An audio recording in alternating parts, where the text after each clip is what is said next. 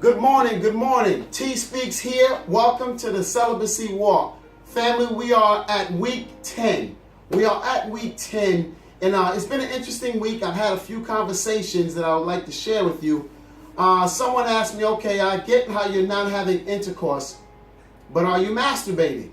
And while I had a discussion with one pastor and one other person who wasn't a pastor, and the pastor was telling me, we started talking about masturbation, and I said, okay, where is it biblically written that you shouldn't masturbate? And then she took me to Judah and how his son spilled the seed and they died, God killed them. And then she said, you know, most of the time when people, and it was a woman, when people actually start to masturbate, they typically have somebody in their mind that they're focusing on, body part, maybe the sexual act itself. So you basically kind of finish the job, if you will, like that.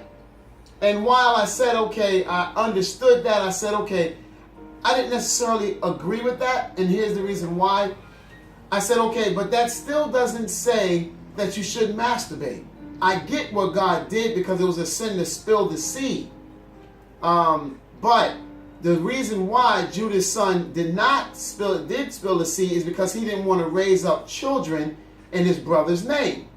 That's the reason why he did it. So there was something in his heart for a reason why he chose not to do what he should have. I mean, but it didn't still say you shouldn't masturbate. So we kind of went on and we went around in circles, and she wasn't able to point out anything biblically to me. The second person was also a young lady, not a pastor, and she said, wow, that's really admirable. I like the fact that you're not having sex. That's really good, but you take care of yourself, right? And I said, no, I actually don't. And here's the reason why. Because I don't want to be a prisoner to fornicate. I felt the weight of sin. I felt like a prisoner in cuffs. Literally, oftentimes being led into the bedroom, led into the actual act, only to be let go and abandoned after that, and literally for all the guilt to be on me.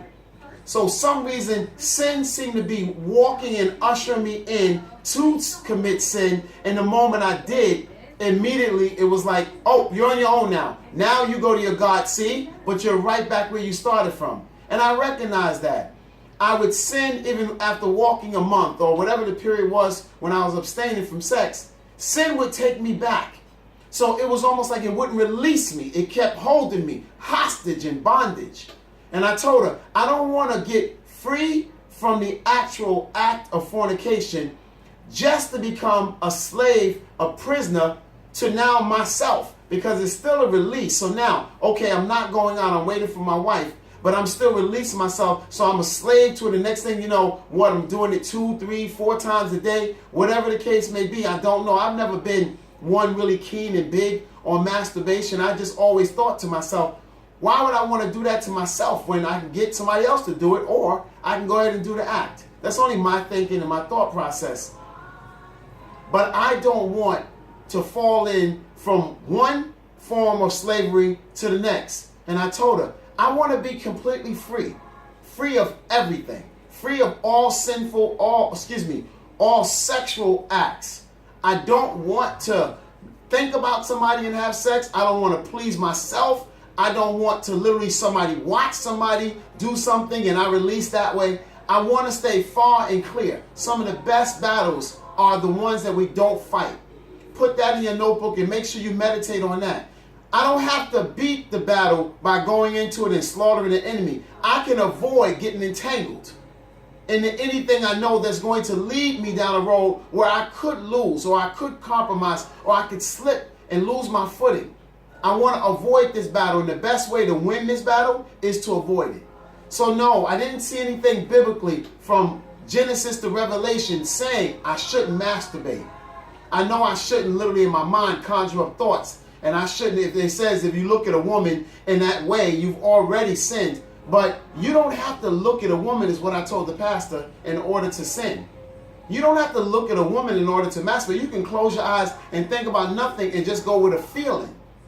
But that's not something I want to entertain, not now, not ever. I want literally to walk without doing anything. So as I'm now walking in week 10 of my celibacy walk, know that I'm doing it without anything. And I thank God because I feel free. You understand? I feel like I made a decision, I stuck with it, and I'm honoring God with my body. That is my only desire right now. I'm not doing this for a man or for a woman. Sure, I want my wife to be pleased when I ultimately meet her and ask her to marry me.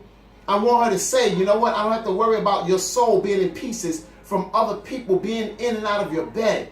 Because that's another message. But listen, when you make those soul ties with people, it does create an imprint on your soul. And then you keep gravitating back to it, even if the person's not good for you.